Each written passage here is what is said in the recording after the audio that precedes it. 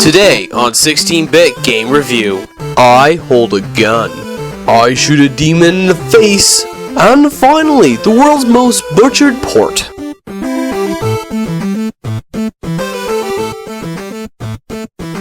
Hello and welcome. Now, the Sega Genesis was known for its fast-paced, action-y type games like the Sonic the Hedgehog series, Comic Zone, Vector Man, and Outrun, whereas the Super Nintendo was known for its more slower-paced games like Super Mario World, Super Metroid, the Final Fantasy series, and The Legend of Zelda. But when it came to the new and emerging genre, the first-person shooter, the only system at the time which had any was the Super Nintendo, with the world's most butchered port of any video game, Wolfenstein 3D. So when ID Software, the makers of Wolfenstein, were going to make and port their newest game, Doom, Sega went up to them and said, "Look, you're making this game for our new add-on peripheral, the Sega 32X, when it launches." So, what we got was Doom for the 32X.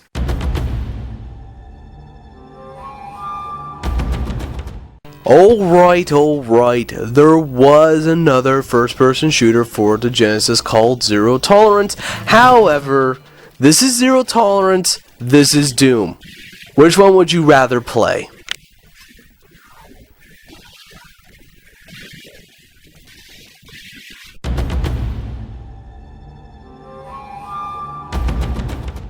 If you're coming in from the year 1993, the game plays very nicely. It's like every other first-person shooter of the time. And when I say every other, I mean Wolfenstein and Doom. Most likely the case is you're coming in from the future, which means that when you actually sit down and start playing this game, you're going to notice a lot of faults. For example,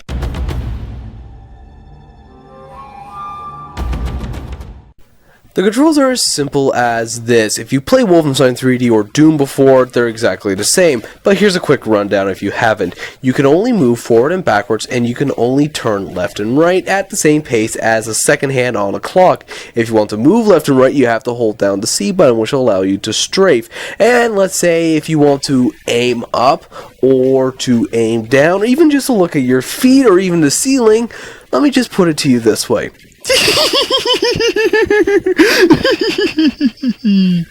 You don't.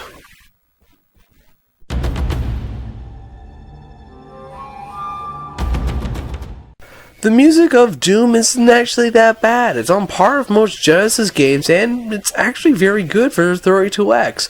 But when you're comparing it to any Super Nintendo game, especially Doom, you start to notice the faults.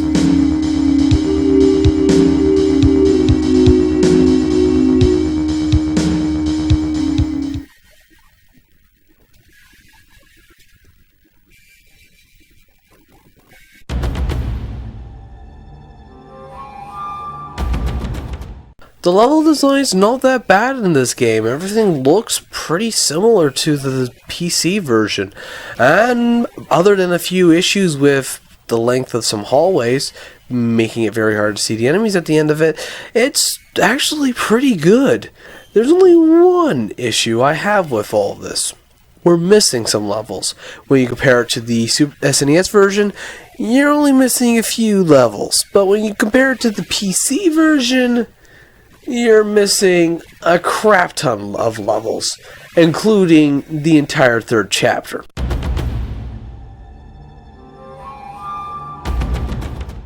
On paper, this is as difficult as the PC version of Doom, but with practically on the 32X and its many limitations, it's not.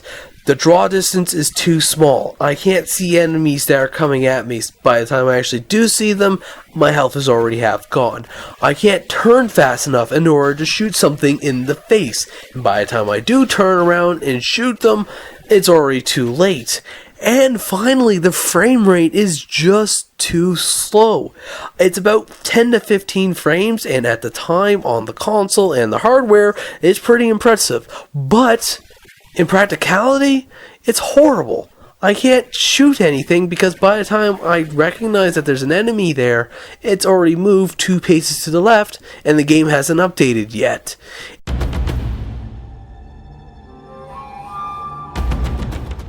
It really depends on why you want to play this. If you're playing this because the game has the word Doom in the title and you want to prove that the Genesis could do better than the Super Nintendo by showing that the 32X version of Doom is better than the Super Nintendo version of Doom, then this is not the game for you. The 32X version of Doom is in many ways a bad game. It's stressful, it's hard, and a lot of what makes it hard is up to the limitations of the 32X. But if you are buying this game so you have a first-person shooter for your Genesis, it is actually surprisingly good. Despite all my belly aching, it's a fun game. It's a difficult game too, and if you can overcome the limitations of the 32X, it's damn well impressive for the hardware at the time. Personally, the game was too rushed for its own good. Items like the music and the level design probably could have been improved and increased if they had more time to work on it. And because of a simple options menu which they could have thrown in, the turning speed would have been improved as well. But because they didn't, and because it had to be released in time for the 32X launch, it hurt the game too much to the point where I will personally say, don't get the game.